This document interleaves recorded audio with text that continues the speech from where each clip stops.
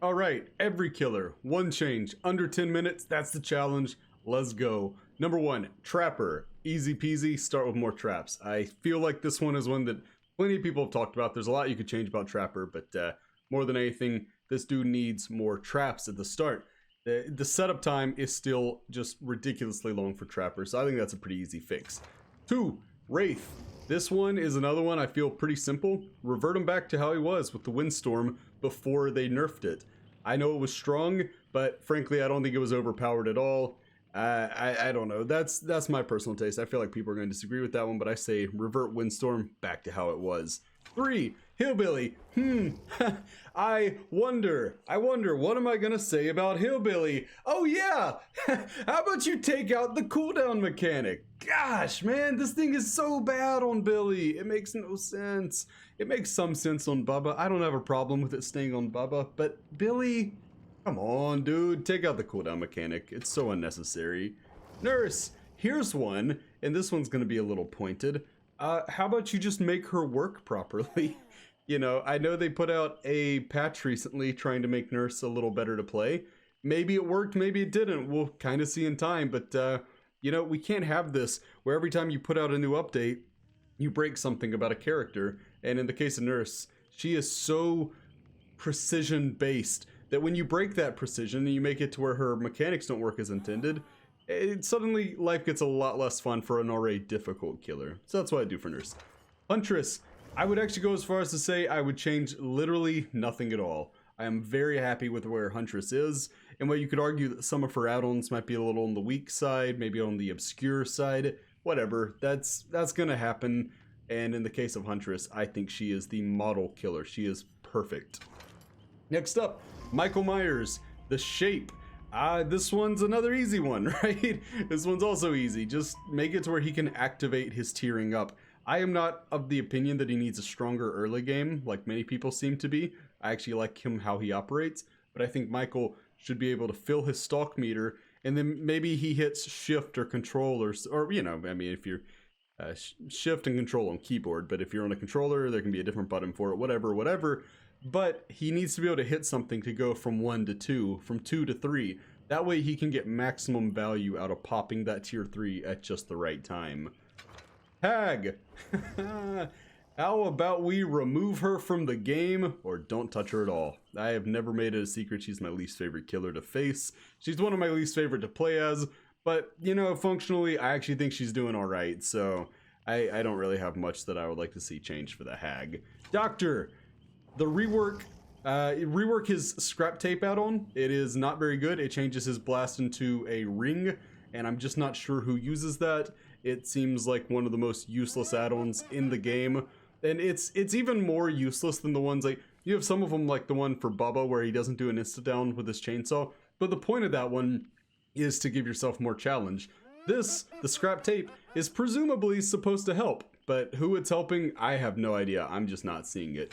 Next up, we have Cannibal, who we were just talking about, actually. This one I'm very passionate about because I play a lot of them. So get rid of the invisible hitboxes. The most notable one being the greenhouse of the disturbed ward, where you will hit air. You're hitting air, and all of a sudden you go into a frenzy. I lost a chase, and the person got out just yesterday. I was playing a game offline, not streaming anything like that, but basically, the gates were open, I was chasing a guy, he goes through the greenhouse, I forgot that invisible wall was there, I hit it, and basically he was able to get all the way to the, exit gates, and that's extremely frustrating when you feel like you lose because of something that's out of your control, so that's gotta be fixed. That has got to be fixed. Freddy, my ideal change would be to revert him back to his weaker but more fun form that he was launched with.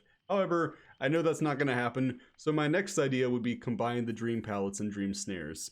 That's right, I think that these powers by themselves are a little on the weaker side, or a lot on the weaker side. However, if you combined it to where, you know, he M2s to set a Dream Snare, and then he holds, I think control is how he teleports.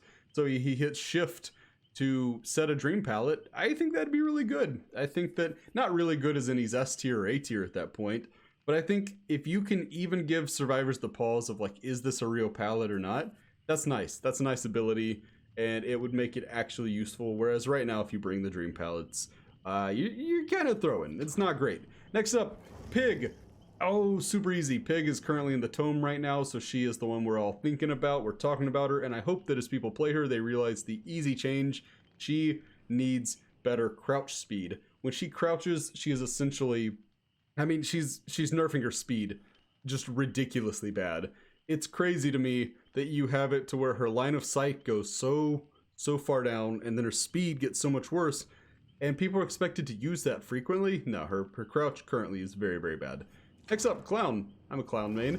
This one's pretty easy. I know you expect me to talk about the pinky finger, but really more than anything, he needs more bottles. Now, if you give him more bottles, you probably need to do something about the pinky finger too. And even if you don't give him more bottles, you probably need to do something about the pinky finger too. But the bottle issue goes as follows. Clown starts off with 4 bottles. He throws a bottle, let's say a yellow one, to get across the map. Or he does it to get around a pallet. Well, all of a sudden, he's got three bottles left, which he can try to use to down the survivors. And while I realize that really good Clown players might be able to work around that more often than not, against really good survivors, it's very frustrating because they will make you waste bottles, and it's extremely frustrating. So it's as simple as buffing it from 4 bottles to 5 bottles, and all of a sudden, I think he's a much better killer. Spirit. Shockingly, I can't find anything to change here. In her current form, she is strong, but not overpowered. She's not fun to face by any means, but I have no idea what I would change about that. I don't think she's brokenly strong anymore. I think she's got some fun add-ons. Honestly, I know this isn't going to be a popular sentiment, but Spirit's in a decent place right now. Now, look, maybe part of that's just, you know, having seen her, what she was from launch until, you know, a couple patches ago, but no, right now, I'm okay with where she is. Next up, we have Legion. Legion is kind of an interesting one because there's a rework coming, so it doesn't really matter what we say here. But in the meantime, I would reduce the stun from Feral Frenzy. They shouldn't be penalized so harshly for using their power. That's why you have a power to use it. I'm just not sure why they're penalized with such basically having to eat a decisive strike every time they come out of Feral Frenzy. Plague. Plague is super in vogue right now. She counters the current meta. So one thing I would do, actually, because apparently I can't leave well enough alone, is I actually would nerf one of her add-ons. I would nerf the Black Incense, which makes it to where every 3 seconds she sees the auras of survivors who are vomiting. And to me, that's pretty strong. That's one of those things where you think about every 3 seconds, and honestly, you are going to be keeping people sick more often than not. I'd do a flat nerf, drop it down to something like 5 or 6 seconds. That's not a big change, I realize that, but just a little something, because I will admit that when I get to the end game and I see that I played a Plague using Black Incense, it's a little frustrating to know that they essentially had wall hacks for most of the game, and the only way to counter those wall hacks is to cleanse and give her power. So, a little frustrating there. Next up, Ghostface. This one is obvious. Fix the detection issues. It makes one of the most fun killers one of the least fun. I don't know how they even begin to address the stretched res issue, but something's got to be done about it because it makes Ghostface essentially unplayable right now.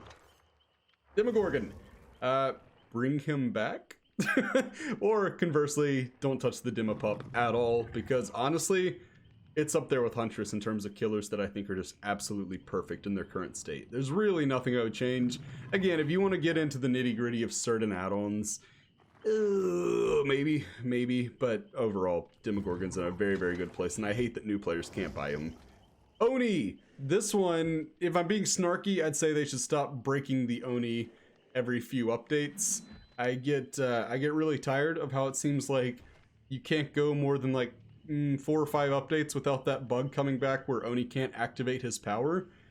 If I'm being a little more constructive, I would say that Oni has a lot of really useless add-ons. Enough that I can't just single 1 or 2 out and say, oh, these are bad. He's got a lot of useless add-ons. Essentially, Onis are going to focus on the ones that make you drop more blood. That's pretty much the only ones that Oni players tend to be interested in, or maybe add to the duration. See how mad he is, he wants better add-ons too. Next up, Deathslinger. This one is all about the hit detection. He feels way worse to me than Huntress. People talk about how Huntress, you'll have ones that look like they should hit and they don't, and then you'll have hatches that look like they shouldn't hit, but they do. And you know, people are kind of okay with that because Huntress can just keep throwing hatchets. But in the case of the Deathslinger, You lose a lot of ground in your chase when you have a hit that you think is going to hit and it just seemingly goes through the survivor. That's got to be ironed out. I know that it's a dedicated servers thing, but it's got to be figured out because it makes him so very frustrating to play as. Next, we have Executioner.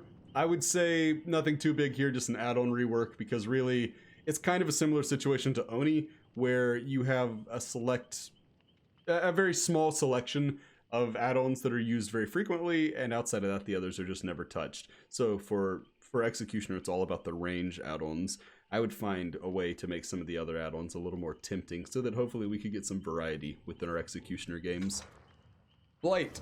This one is also going to have to do with add-ons, but this is not I don't know, I guess we can look at add-ons.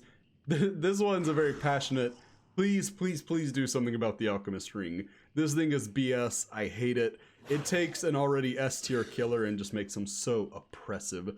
This is a nasty add-on, and I would really, really like to see it nerfed rather harshly. The twins! The twins, I think I'm probably the most passionate about this one because I think the twins are generally fun to play against, and I want them to be fun to play as, but the transition between Victor and Charlotte needs to feel smoother. If they don't do that, the twins are going to stay the least played killer. It is so clunky playing the twins right now, and also maybe take back those recent nerfs. I don't know why you would see them the least popular killer in the game and decide to nerf them, but behavior's gonna behavior, right? Next up, Trickster. Easy. Showstopper is still pretty terrible. I think this one just needs to be a power that Trickster can activate on command. And with that activation, maybe make it where it takes longer to fill it. Maybe make it to where Showstopper doesn't last as long. But Trickster needs to be able to activate this when it's advantageous. Because right now, I've played a lot of Trickster, and I always find that, I would say not even 9 times out of 10, 9.9 times out of 10, Showstopper comes in at very inconvenient times, and it's extremely frustrating. So that needs to be changed, reworked, buffed, whatever you want to say. Nemesis. This is my secondary main. I'm a clown main who also plays a lot of Cannibal and Nemesis. And in the case of Nemesis, so easy. Just revert Marvin's Blood back to how it was. I'm not going to ask you something crazy like, oh, make the zombie AI smarter, because that's just not going to happen. In the case of Nemesis, it's so simple. So very simple. Just take Marvin's Blood. You already had this back before patch 5.5.0. Just take it back to how it was. Come on, why would you nerf this add-on? Cenobite, Pinhead. I would say nerf the Iridescent Lament configuration and then do it again and again and again. But that's more of a joke. Realistically, I would say reward long distance hooks. Because right now, Pinhead is essentially penalized for using his power from a distance, which is ironic because that's when it's harder to use it. So you're rewarding making the easy plays and punishing making the difficult ones, which if you apply that to almost any other killer starts to sound ridiculous, so I don't know why we let that slide with Pinhead. Artist, I had a kind of hard time with this one because the first thing that came to mind was, hey, what if we could just, like, you know, have her power actually, I don't know, interact with the crows around the map? You know, the crow killer? But I guess that's just crazy, so we'll move on from that. How about increasing the Garden of Rot's expose time? It's just not nearly as strong as the other insta-down add-ons, and I feel like, while it's currently a decent add-on, it'd be a good add-on to maybe even a great add-on if you just buffed the 4 seconds of being exposed to something like 6 or 7 seconds. Again, it's really strong, but it's an iridescent add-on, so it's supposed to be. And anyway, that's gonna do it for me. Let's see, what's my time here? How are we doing time-wise? Oh my gosh, we did not keep that in under 10 minutes. We're at 14 minutes right now. Well, I tried my best, and if you followed this channel for any amount of time, you know that this was very brief for me. But that was why I decided I really wanted to hammer through these. I did not want to linger. If you would like a more in-depth view on what I would change about specific killers, just ask in the comments. I'd be happy to do what the community wants to see. And now, look, for all intents and purposes, the video's over. If you just wanted that, you're free to go. I do want to take one moment and thank you all. My YouTube channel has seen way more traffic here lately, and I am just so blown away by the positivity and the kindness that I've received in the comments. You have all made me feel so special and so wanted, so appreciated. And I really thank you for that. You guys are the best, and I'm just very grateful. Grateful is the word of the day, right? So thank you all. God bless you all. I really, really appreciate it. And I hope you're having a fantastic day, and I hope we go on to make many, many more memories. So that's my cheesy spiel out of the way. Thank you so much for watching this one. Hope you're having a great day, and until next time, I've been Dust Food.